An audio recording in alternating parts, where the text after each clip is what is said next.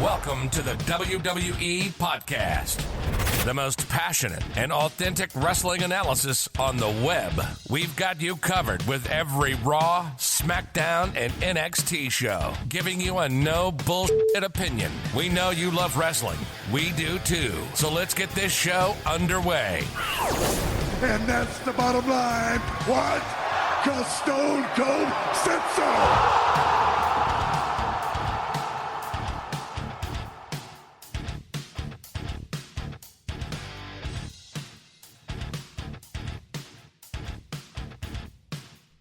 Hey guys, what's up and welcome to episode number 2 of WWE Rivalries.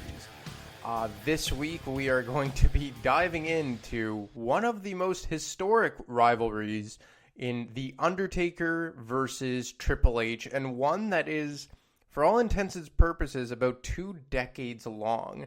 There's a lot to unravel in this one, and I can't wait to get to it with maybe an unpopular opinion that I have about this particular rivalry that may ruffle some feathers and not fall along with the popular narrative.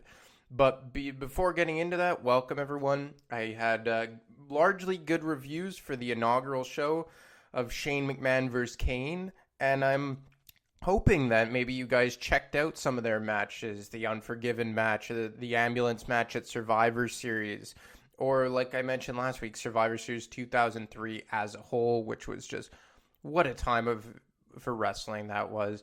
2003, great year. But talking about the here and now, I just want to go over some of the current WWE product that transpired over the past week. Not going to go too deep into it. Obviously, you have your Raw review and your SmackDown review with Matt and the HSP guys.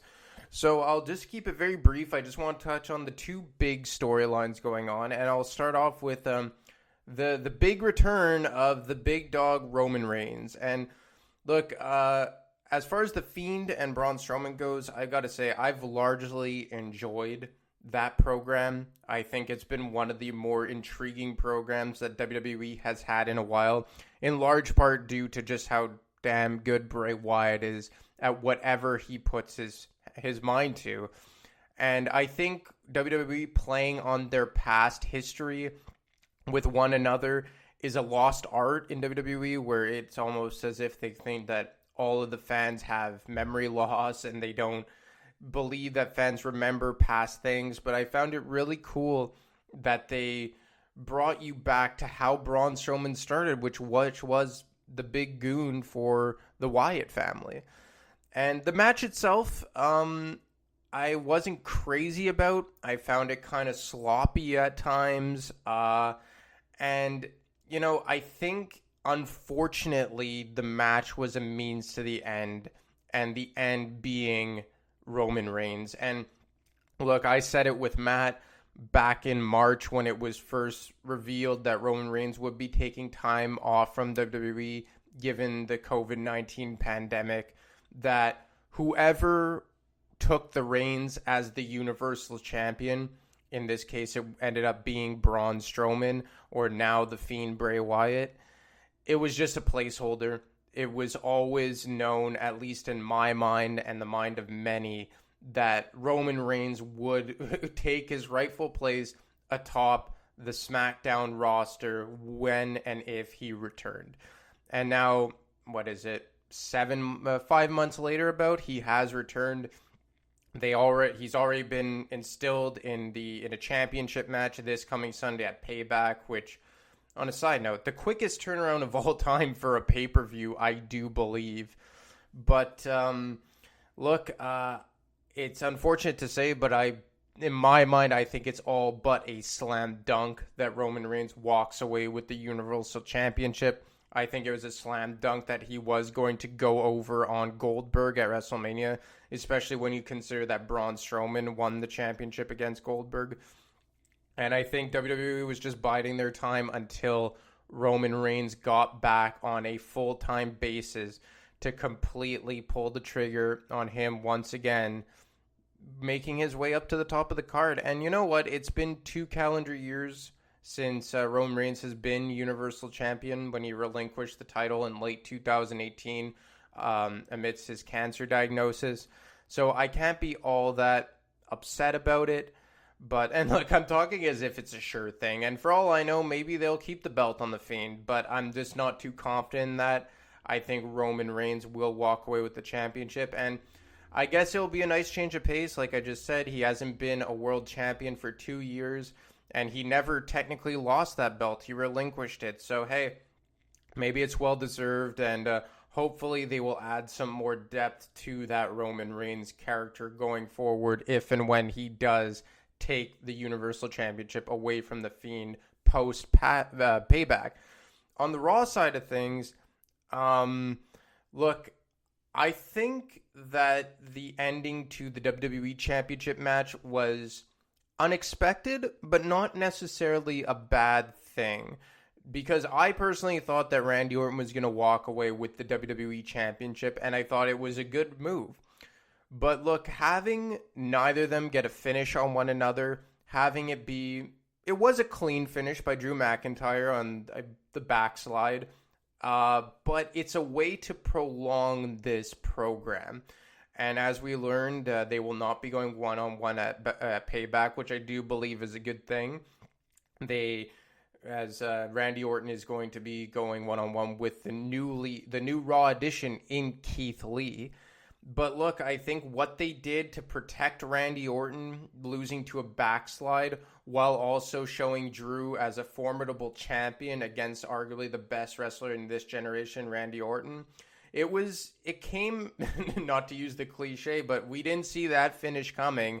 And I think it was actually pretty good because now Randy Orton obviously got 3 punk kicks in on Drew on Raw.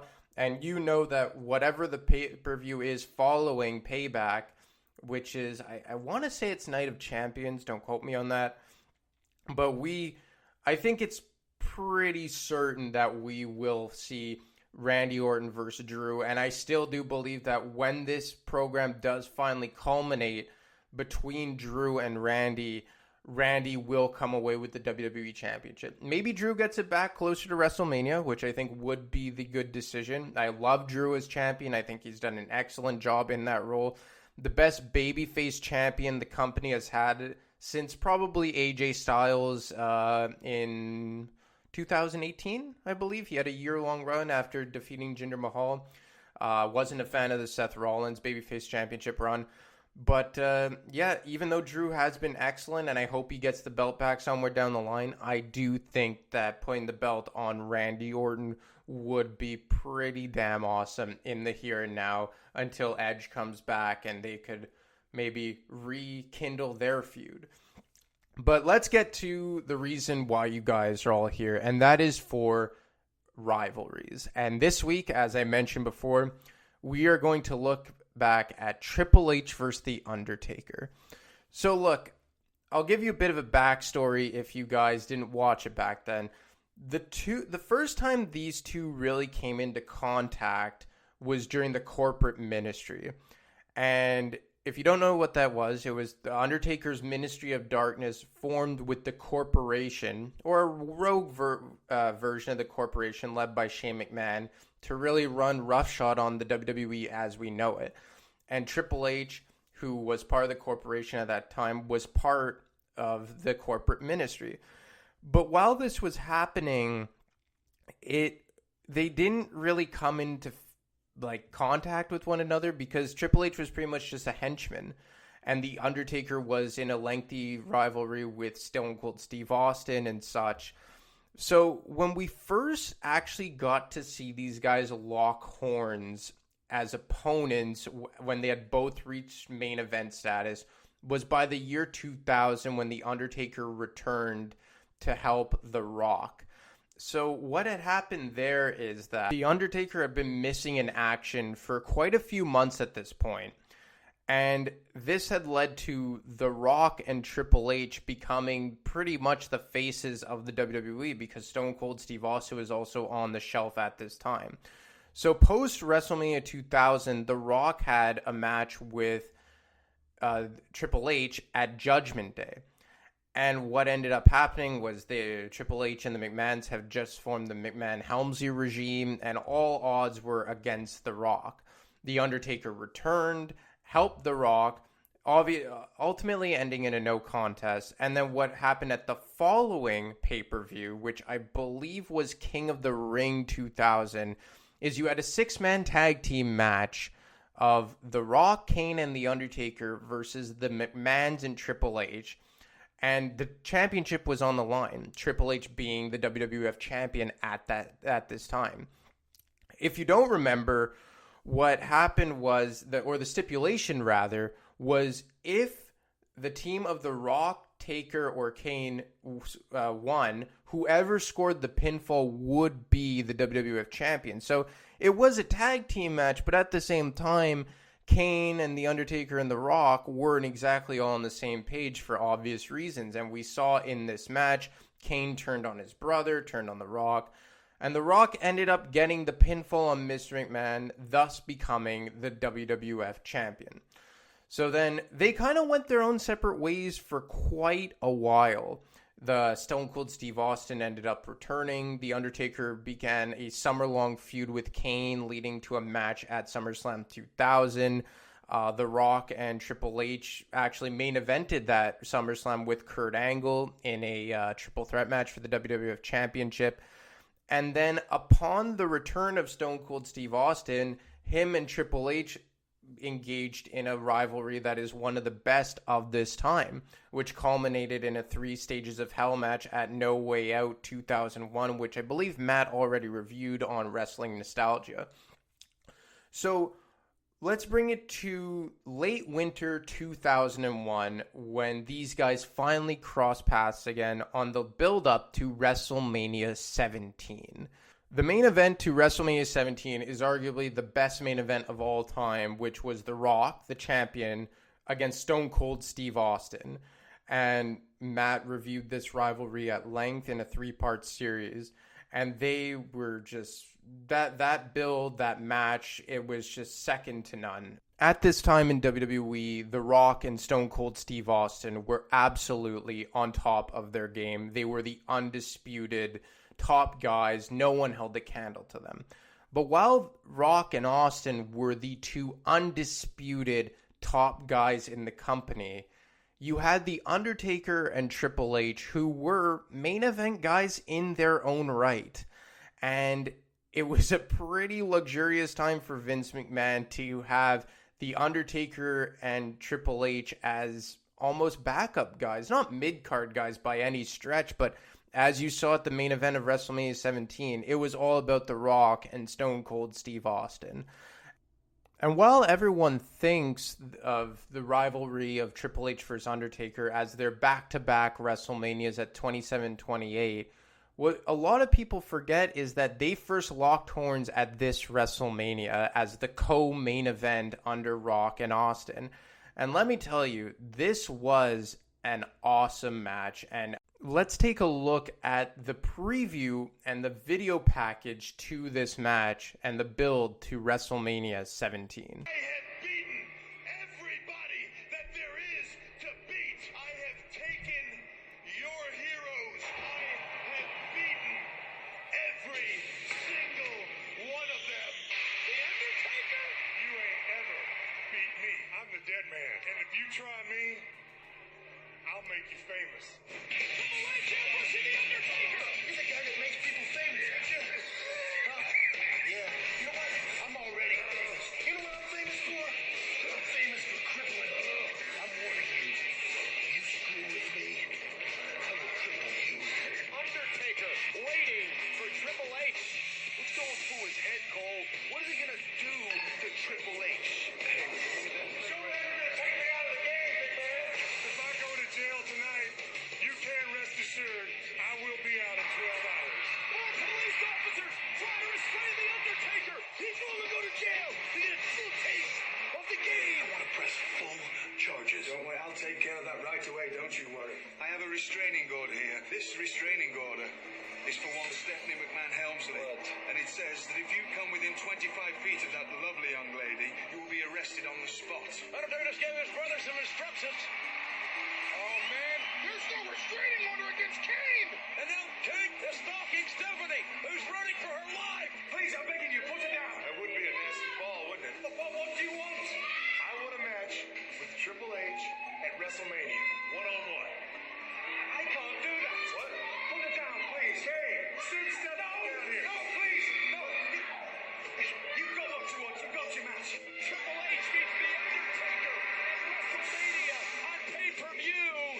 The Game and Undertaker. Bad things happen in my yard. I think they call it a decade of destruction. Your yard is in the middle of my world. I warned your ass. You couldn't listen, could you, man? Sledgehammer to the head of The Undertaker. Triple H is destroying The Undertaker's motorcycle. Triple H tossing The Undertaker's motorcycle. Oh my God, look at The Undertaker's eyes. Can you imagine what The Undertaker's going to want to do to the Game at WrestleMania? There's going to be some serious hell to pay. Man, just listening to that back gives me goosebumps. And man, how great is JR on commentary, and the video packages back then, the builds, the promos to the matches at this very same pay-per-view. In my opinion, the best promo package to a match was Rock vs. Austin with the theme song of My Way by Limp Bizkit. Go check that out. But getting back to Triple H versus Undertaker, as you heard, it was pretty much Triple H talking smack. He beat everyone in the business. He had just come off the win versus Stone Cold Steve Austin at No Way Out. He had pretty much a year-long feud with The Rock in 2000. He had also had a mini feud with Kurt Angle in 2000 over Stephanie McMahon. And what was left at this point was The Undertaker. And as you heard, The Undertaker found a way around that restraining order, got Kane to pretty much kidnap Stephanie McMahon and blackmail then Commissioner William Regal into a WrestleMania match at WrestleMania 17. And this match, it went on right before Rock and Austin. It was a damn good match. It was a no-holds-barred. They fought into the crowd. And as you know, The Undertaker came out on top. And I believe he went 9-0 with this victory at WrestleMania 17. And fun fact, this was the first time, I believe, I'm not 100% sure, but I'm 95% sure, this was the first WrestleMania that the Undertaker did not win via the Tombstone pile driver. Yeah, pretty crazy. Hey, at this time, he had just rebirthed. He had just come out. He was about a year in, I would say, to the American Badass gimmick, and he was using the Last Ride, which is, for all intents and purposes, a modified power bomb as his finisher, and the chokeslam almost as a signature. And if I remember correctly, he had gone away from the Tombstone quite a bit during this time and was more about the Last Ride. So The Undertaker comes out on top, and he goes 9-0. And the following night on Monday Night Raw, what happens is the unthinkable, and that is Triple H aligning himself with Stone Cold Steve Austin as the two-man power trip alongside Vince McMahon. And if you guys don't remember that, obviously, WrestleMania 17, Stone Cold Steve Austin turns heel, goes over on The Rock with help from Vince McMahon. The following night on Raw, The Rock comes out, demands a rematch, puts Vince McMahon in a sharpshooter, and he gets a main event match on that very same night versus Stone Cold Steve Austin in a steel cage. Obviously, a newly heel version of Austin gets the help of Vince McMahon. They both get locked inside the cage with The Rock. And as one would expect in a 2-on-1 situation locked inside a steel cage, The Rock starts to get his ass beat by McMahon and Austin. And then next thing you know, Triple H's music hits, and out comes Triple H with a sledgehammer, which seemingly evening the odds given his long-standing feud that culminated at No Way Out just a month and a half prior with Steve Austin. He goes face-to-face with Steve Austin, and as The Rock's stumbling to his feet, Triple H nails The Rock in the head with the sledgehammer, continuing the beatdown with The Rock. The Rock loses, obviously. Stone Cold Steve Austin retains, and that Monday Night Raw goes off the air with Triple H, Stone Cold Steve Austin, and McMahon's all locking in arms, raising their hands, drinking beer, standing over The Rock. So what happened on I believe the following SmackDown or the following Raw? Vince McMahon suspends The Rock indefinitely, aka The Rock was taking his first hiatus to go film The Scorpion Returns. So therefore leaving Stone Cold Steve Austin and Triple H to run roughshod on the entire roster. The Rock is gone, the top babyface is gone, and now you have these two mega heels and Triple H, who's one of the best heels of all time, and the newly turned Stone Cold Steve Austin to do whatever they damn well please. Austin's the WWF champion, and Triple H sets his sights on the Intercontinental Championship. And I believe it was the following Raw or two Raws afterwards, he has a match against then champion Jeff Hardy for the Intercontinental Championship. And I'll give you, and I bet you guys are wondering at this point, well, what the hell does this have to do with Triple H and The Undertaker? Well, what happened on this particular Monday Night Raw that was main evented by Jeff Hardy versus Triple H for the Intercontinental Championship is, in my mind, for me personally, my favorite moment in WWE history. Yep, I'm not even kidding you. It wasn't a WrestleMania. It wasn't a Royal Rumble match. It wasn't a WWF Championship match. It wasn't even involved with The Rock or Stone Cold Steve Austin, who, in my mind, are the two best of all time. And it didn't even happen in a match. It happened after the main event. So let me set the stage for you. I'll play you the clip, and then I'll give you my reasoning why it is the best moment for me in wrestling history. So what happens in the match is Triple H goes over on Jeff Hardy, and while the match is going on, Stone Cold Steve Austin lays a beatdown on Matt Hardy backstage. While the match is going on, Stone Cold Steve Austin makes his way out to the ring, stalking Lita. Triple H wins the match, as I previously mentioned. They start a beatdown on Jeff Hardy in the ring with belts and everything. Stone Cold Steve Austin, Triple H just laying waste to him. Matt Hardy comes out trying to make the save. That doesn't work either. They start beating down Matt and Jeff. Just absolutely gruesome beatdown. And then they put their sights set on Lita. Lita, trying to get away, gets caught by Stephanie McMahon from behind, who tosses Lita into the ring. And in the most sadistic visual you could possibly get, Lita is on her backside trying to crawl away from Triple H and a sadistic Stone Cold Steve Austin. And just as they're about to do whatever they had in mind, this happens.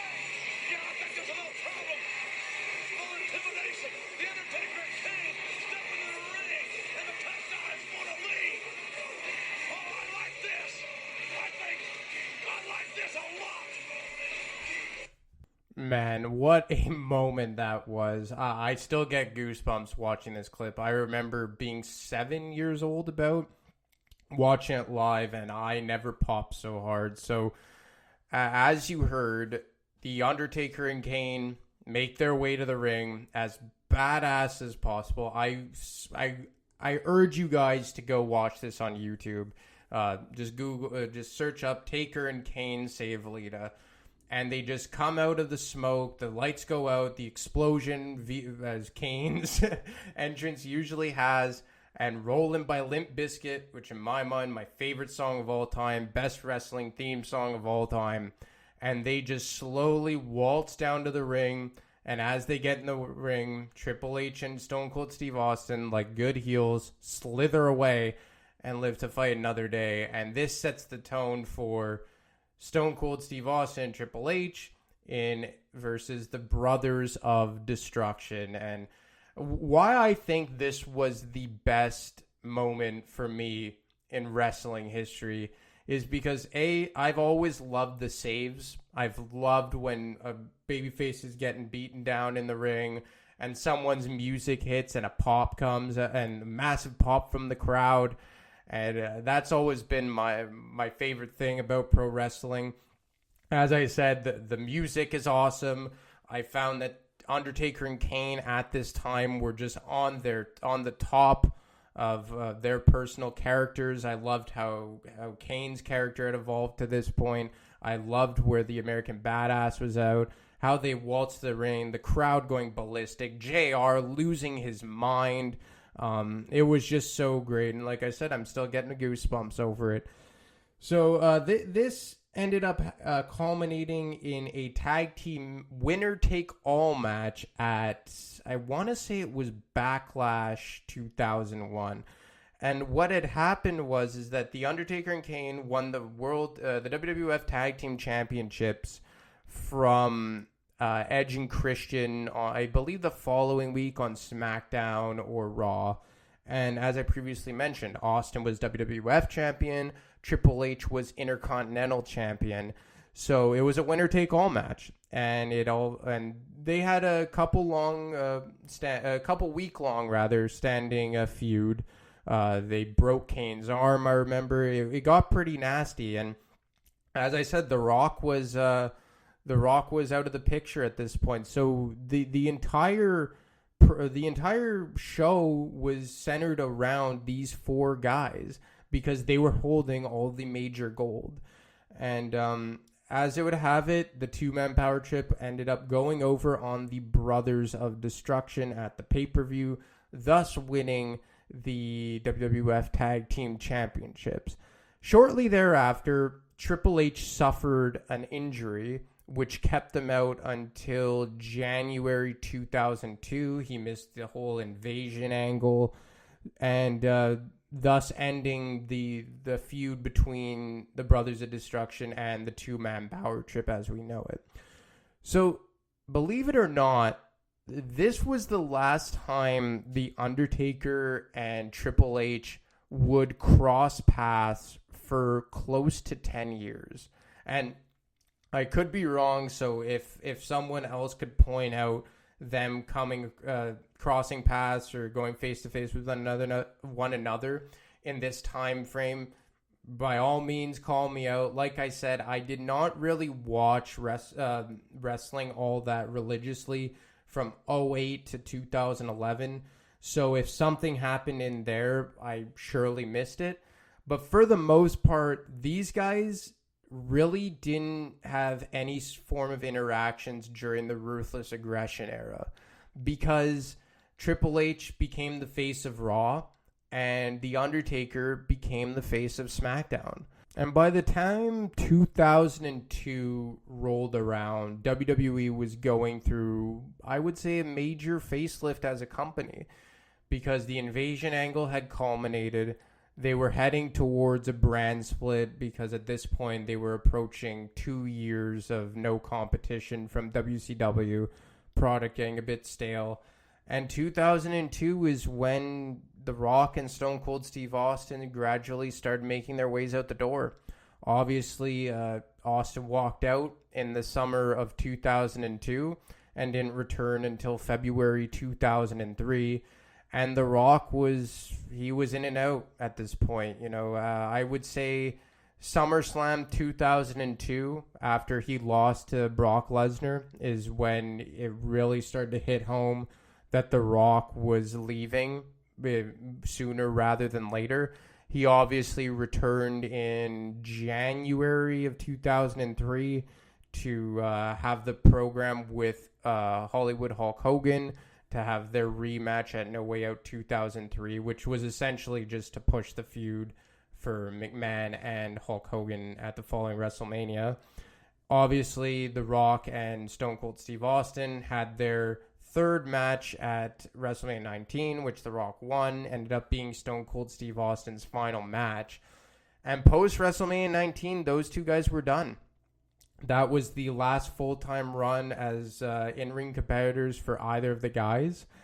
And what ended up happening is the reins got given to Triple H and The Undertaker. And if you look back at the early days of the Ruthless Aggression era, which I think started in, I would say, just about 2003, following WrestleMania 19 rather, is when you could really say that the Ruthless Aggression era started in full. I guess it kind of started in 2002, but I kind of consider it post WrestleMania 19 when Austin and The Rock really moved on, that it really kind of like hit its stride.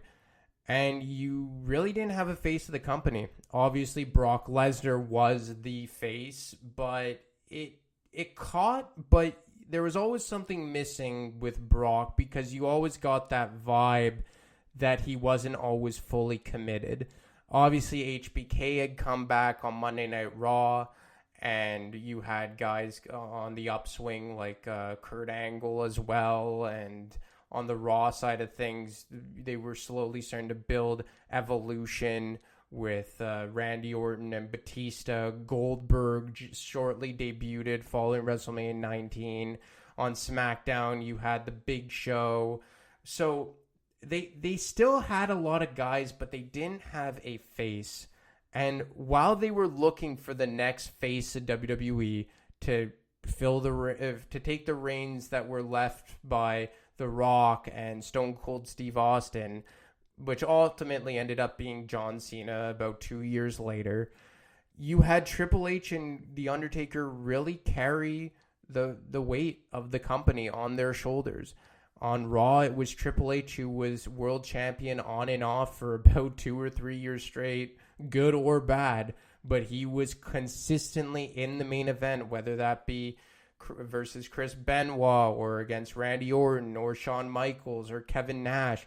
And then on the SmackDown side of things, you had The Undertaker. And while he wasn't in the main event all the time, which was often filled by guys like Brock Lesnar and The Big Show and Kurt Angle and Eddie Guerrero later on, he was always there. He was always pulling his weight. He was doing his thing.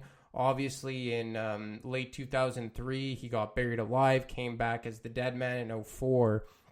And the only difference between Taker and Triple H at this time, I would say, is that Triple H was always the world champion of Raw, and The Undertaker didn't win a WWE championship up until WrestleMania 23 against Batista at Ford Field when he won the World Heavyweight title. And it had been 4 years since he had won a world championship at that point.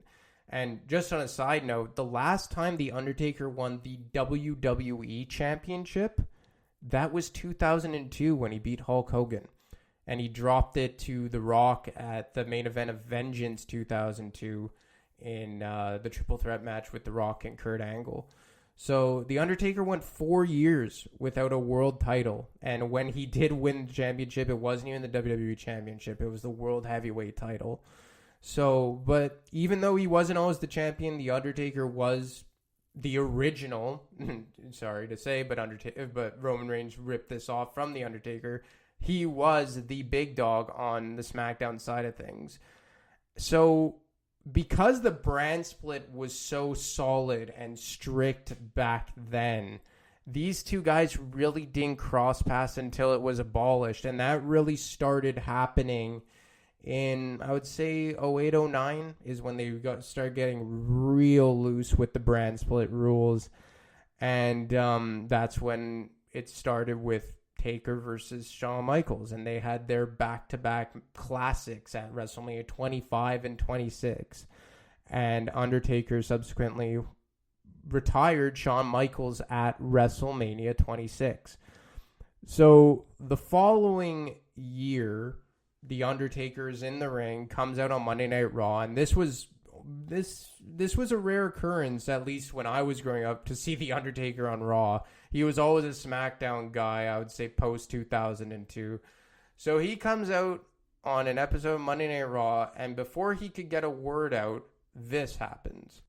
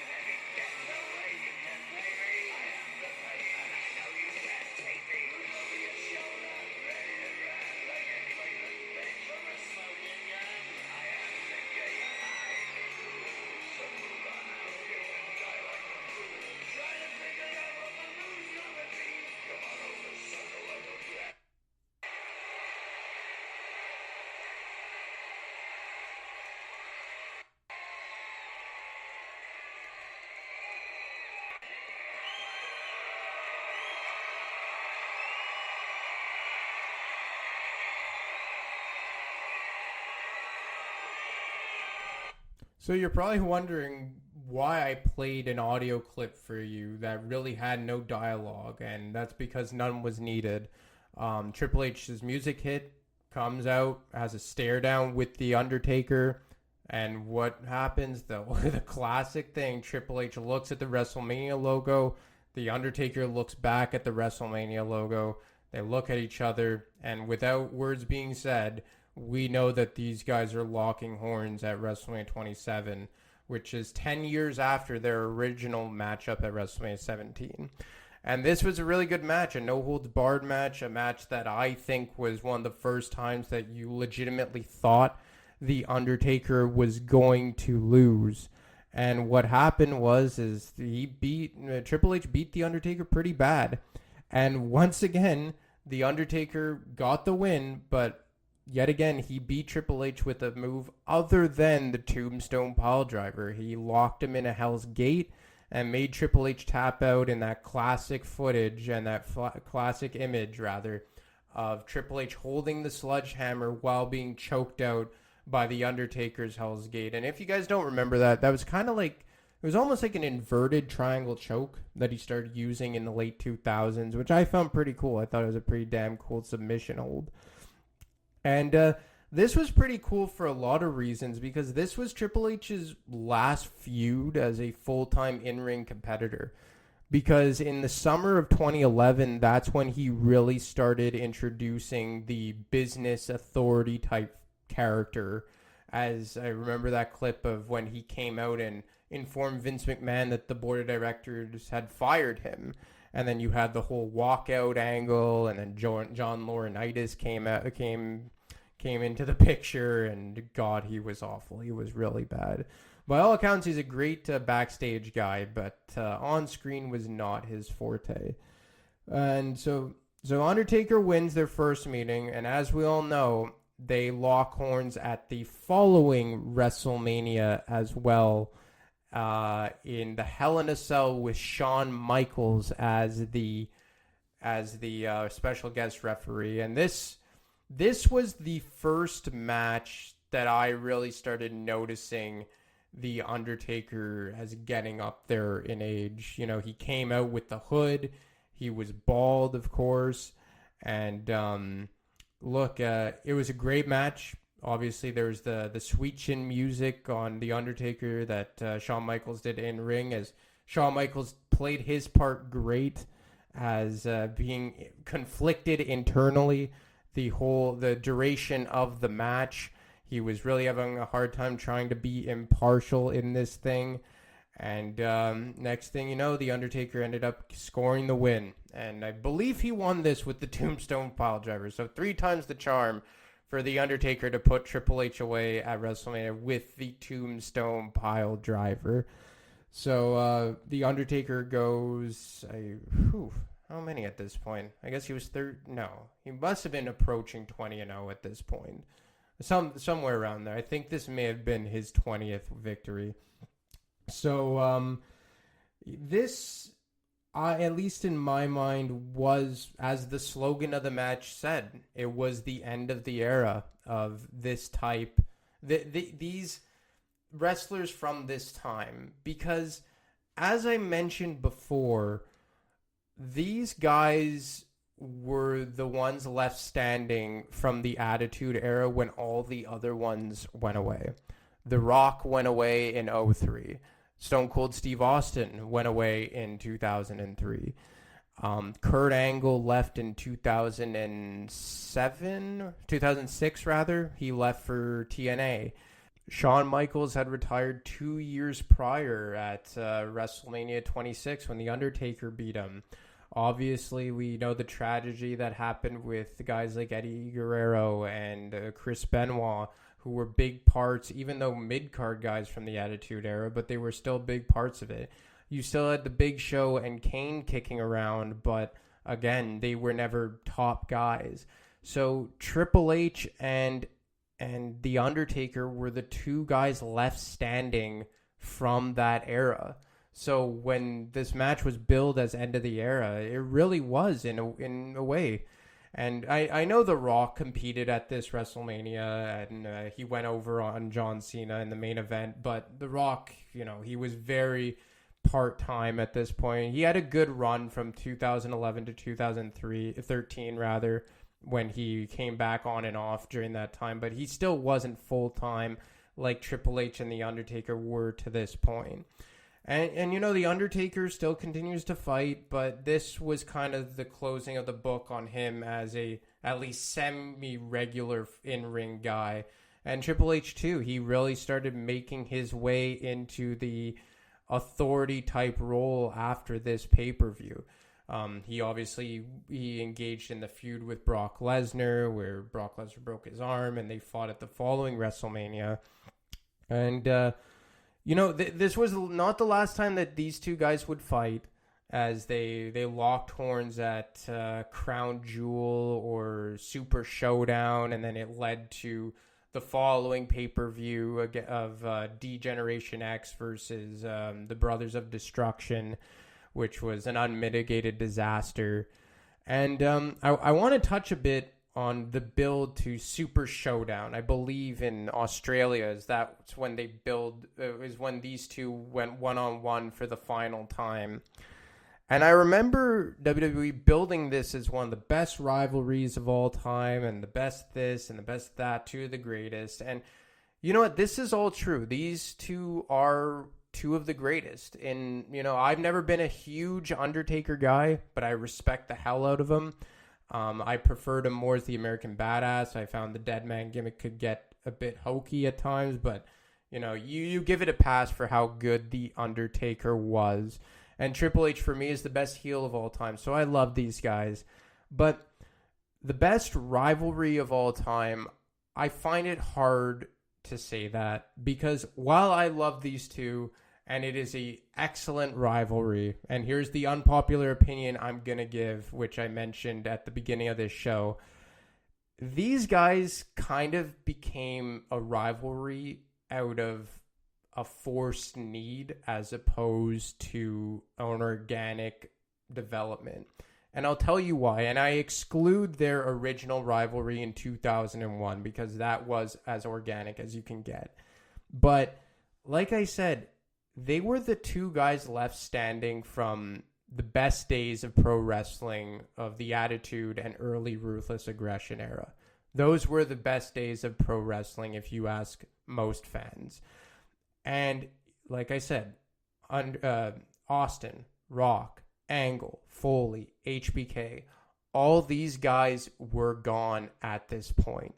And these 2 were the 2 left standing rather. So they became the faces of that era because that's all that was left. So they were building a feud because that's all Vince and creative could use to build on from that time, that era of WWE. These were the only two guys left still standing.